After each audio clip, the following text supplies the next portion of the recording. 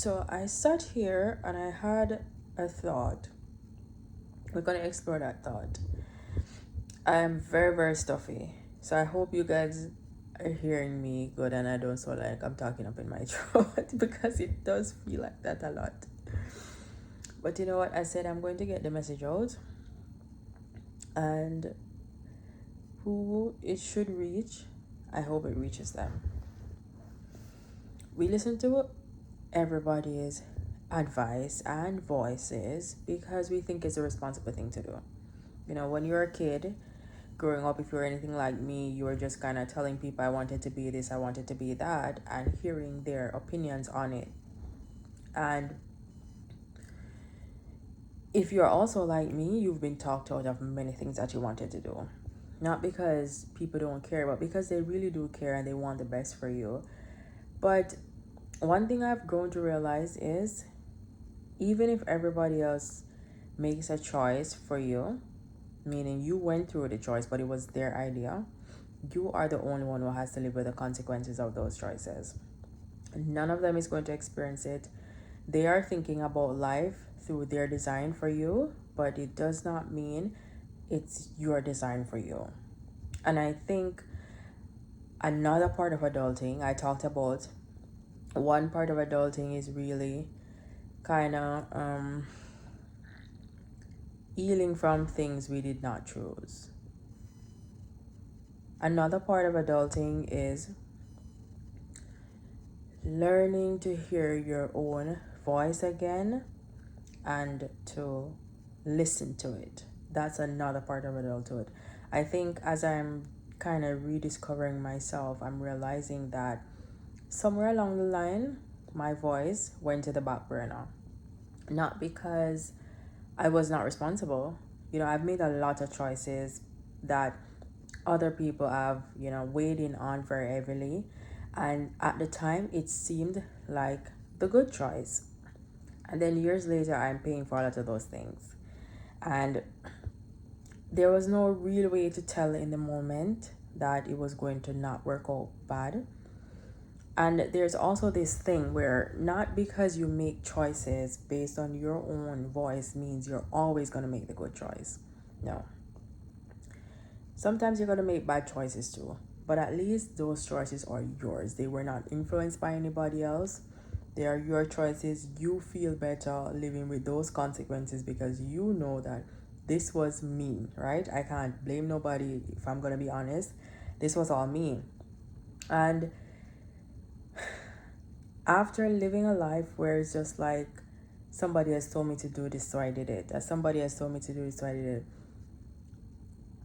You can't really blame those people because most times we are the one who asks for their advice and they're giving it based on what they know, and it doesn't matter how somebody else knows you, they still don't know what you're feeling. Like you could explain everything, they're going to understand that feeling from their idea of what you're feeling, not necessarily to the depth of what you are feeling it.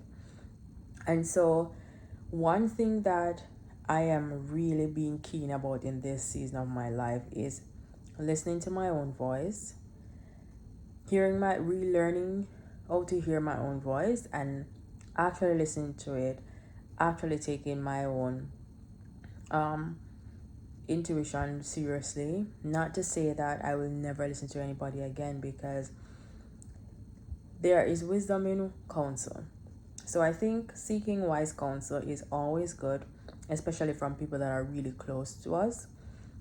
But you're not neglecting your own voice in that process. You're remembering that your own voice has a seat at the table and decisions are not being made without your voice there, without your thorough analysis. Like you can literally ask feedback from people, but at the end of the day, what do you think is the best choice?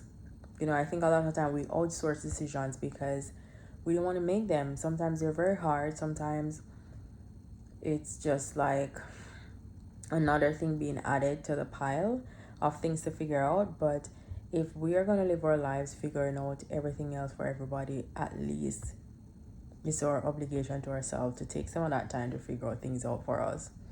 And so if you're in this space right now, if you know anybody who's in this space who could benefit from this, I would suggest you sharing this video because maybe sometimes people just need to hear it. You know what you're feeling, you know what you're experiencing, but you cannot put words to it, and maybe this is a video that's gonna put words to it.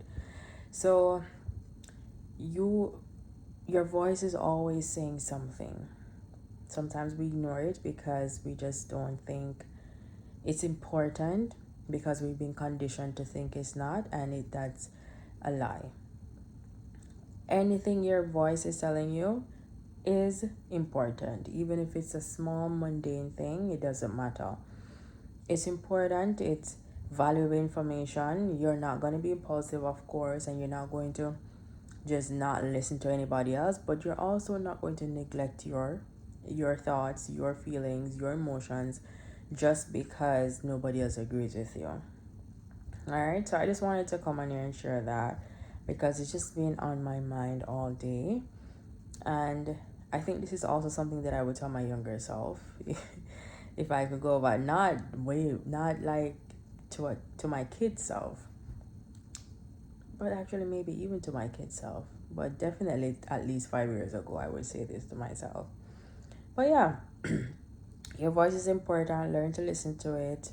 And this may take some time. It's not going to be easy, especially when you've just been conditioned to outsource all of your decisions to people because you just don't want to mess up your life.